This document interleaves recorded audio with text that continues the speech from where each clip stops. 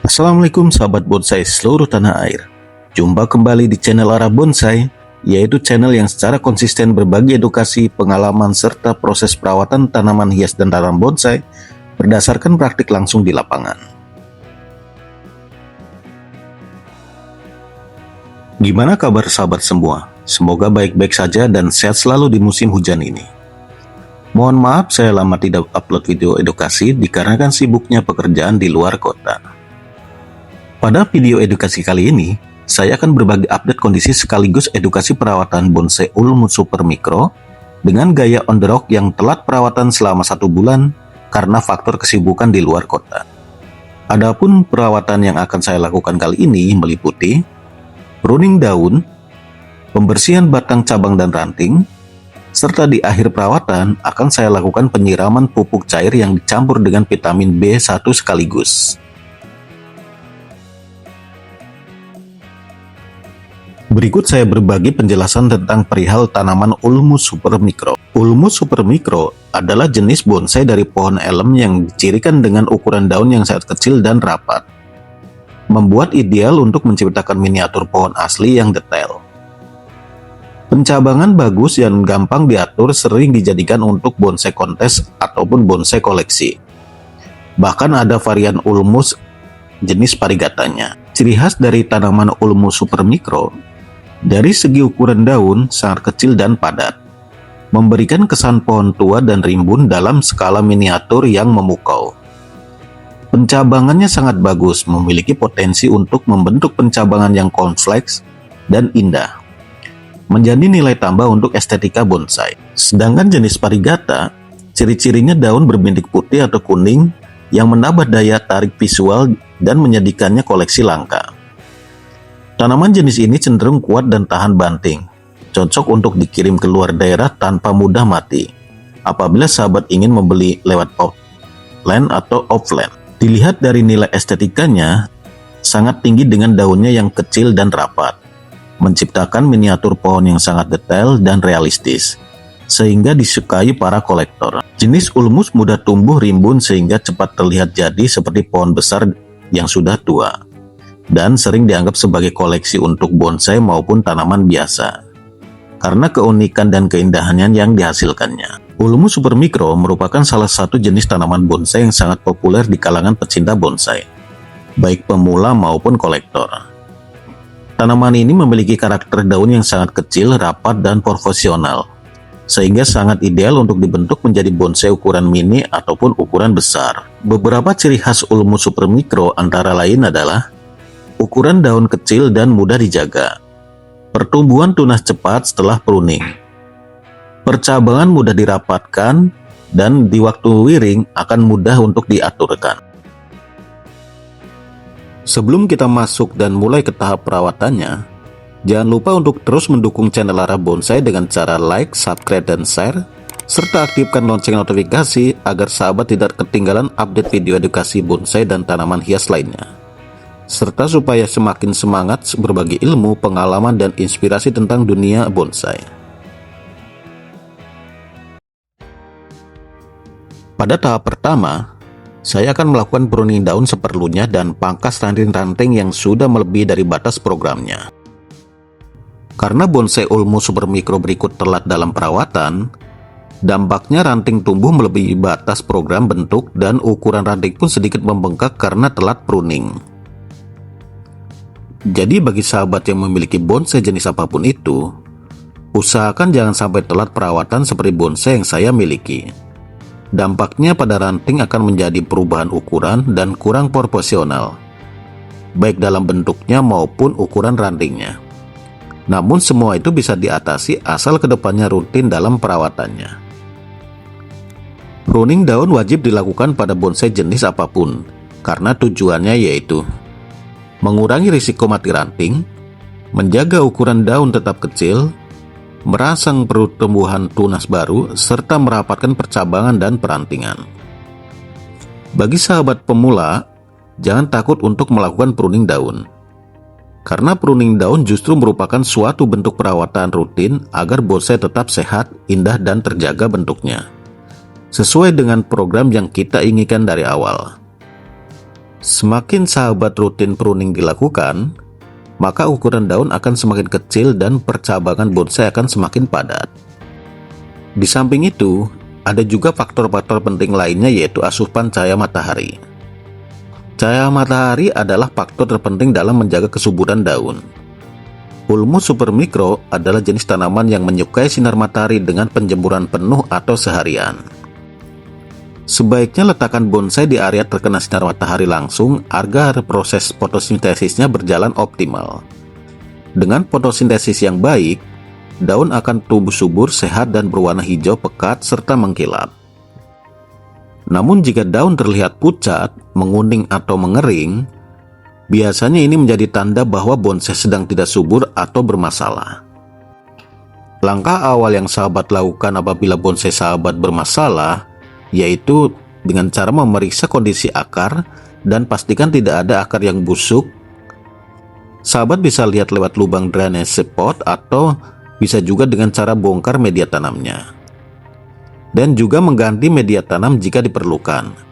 Karena pembusukan akar biasanya jenis media tanam kurang kompos sehingga kandungan air berlebihan, terutama di musim hujan seperti sekarang. Dan juga biasanya kondisi media tanam sudah tidak bagus dan pot sudah dipenuhi dengan akar. Langkah selanjutnya sahabat bisa cek kondisi pupuk atau sahabat bisa menambah nutrisi ataupun pupuk tambahan dengan cara ditabur di media tanam paling atas. Namun alangkah bagusnya, untuk pupuk apabila sahabat akan ganti media tanam, lebih bagus pemupukan di dalam pot bercampur langsung dengan media tanam, sehingga nutrisi pupuk akan cepat terserap oleh akar. Ulmus supermikro juga sangat responsif terhadap sinar matahari dan perawatan rutin. Semakin konsisten kita melakukan pruning daun, pengaturan cahaya serta pemupukan, maka karakter bonsai akan semakin matang, baik dari segi kerapatan cabang, ukuran daun maupun keindahan siluetnya. Dengan perawatan yang tepat dan berkelanjutan, Ulmus supermikro dapat menjadi bonsai dengan nilai estetika tinggi, baik untuk koleksi pribadi maupun untuk kelas kontes. Memprogram suatu bonsai jenis apapun itu sifatnya sama, yaitu dari segi waktu bukanlah hal yang instan, karena semua jenis bonsai harus memerlukan ketelitian, kesabaran, serta teknik dalam dunia bonsai. Dan yang utama yaitu waktu yang diperlukan. Karena saya setiap program bonsai yang masuk kategori tahapan selalu di atas pot dan lepas dari ground. Tujuannya supaya pertumbuhannya lebih terawasi dan tidak telat dalam perawatannya. Dan perlu diingat bahwa jenis bonsai ulmus, apabila kita telat dalam perawatannya, dampaknya batang dan ranting bisa membengkak dan berakibat bonsai tidak profesional. Untuk sahabat pemula, lakukan langkah ini perlahan dan hati-hati. Gunakan gunting tajam asalkan bersih dan tidak merusak ranting. Namun alangkah bagusnya, gunakanlah gunting khusus untuk bonsai, karena hasilnya lebih presisi dan aman bagi tanaman. Dan jenis ulmus, apabila gunting yang sahabat gunakan tidak tajam, maka akan susah di saat pruning daun atau pangkas ranting. Karena jenis ulmus, rantingnya lumayan keras dibanding jenis bonsai lainnya.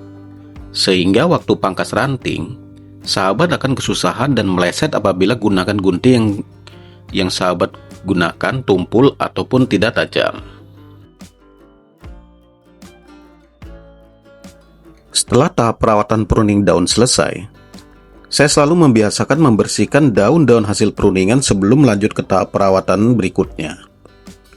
Karena media tanam yang kotor bisa menjadi sarang jamur ataupun hama, dan bisa menyebabkan membahayakan pada akar apabila akar sudah diprogram di atas media tanam. Jadi alangkah bagusnya, setiap selesai pruning daun, sahabat bisa langsungkan bersihkan daun-daun hasil pruningan supaya bonsai tetap terlihat rapi dan sehat, serta bebas dari jamur maupun hama. Dan sahabat perlu diingat, bonsai itu adalah seni, tapi juga kebersihan juga wajib diperhatikan. Keindahan tidak hanya dari bentuknya, tapi juga dari perawatan dan kebersihannya. Di tahap edukasi yang kedua, yaitu saya akan lakukan pembersihan batang, cabang, dan ranting. Pembersihan batang, cabang, dan ranting kali ini saya menggunakan sikat biasa dengan cara manual, secara menyikatnya dengan merata. Berikut beberapa tujuan dengan cara penyikatan yang saya lakukan seperti berikut.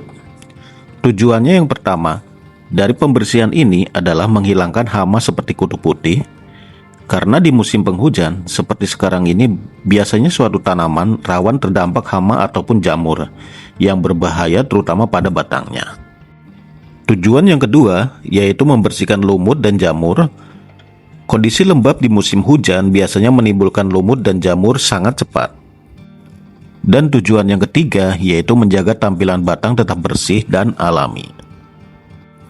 Pembersihan sebaiknya dilakukan secara rutin, terutama pada musim hujan karena kondisi tersebut bonsai lebih rentan terserang jamur dan hama. Dan biasanya hama yang sering menempel di bonsai ulmus adalah hama jenis kutu putih. Di dalam pembersihan terdapat dua metode yang biasa saya lakukan. Metode yang pertama adalah metode kering, atau metode pembersihan tanpa ada campuran cairan kimia atau kering tanpa cairan. Sedangkan metode yang kedua yaitu metode basah, atau metode dengan menggunakan larutan fungisida atau insektisida dengan cara disikat bersamaan. Namun metode ini jarang saya lakukan dan akan saya lakukan jika serangan hama cukup parah. Untuk pembersihan rutin, saya pribadi lebih menyukai metode manual atau metode kering, karena hasilnya lebih alami dan aman untuk tanaman, asalkan dilakukan secara rutin di saat waktu perawatan mingguan. Dan bagi sahabat, jangan sampai lupa di saat pembersihan, usahakan selalu memeriksa bagian bawah daun karena kutu putih sering bersembunyi di sana, terutama ketika bonsai kondisi daun yang sudah rimbun.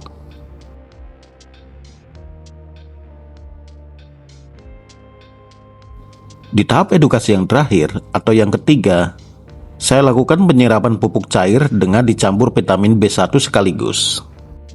Tujuan penyiraman ini yaitu untuk dari segi pupuk cair, menambah nutrisi tanaman, mempercepat penyuburan bonsai, menjaga keseimbangan kandungan pupuk, dan untuk penyiraman pupuk cair biasa saya lakukan 1 bulan sekali.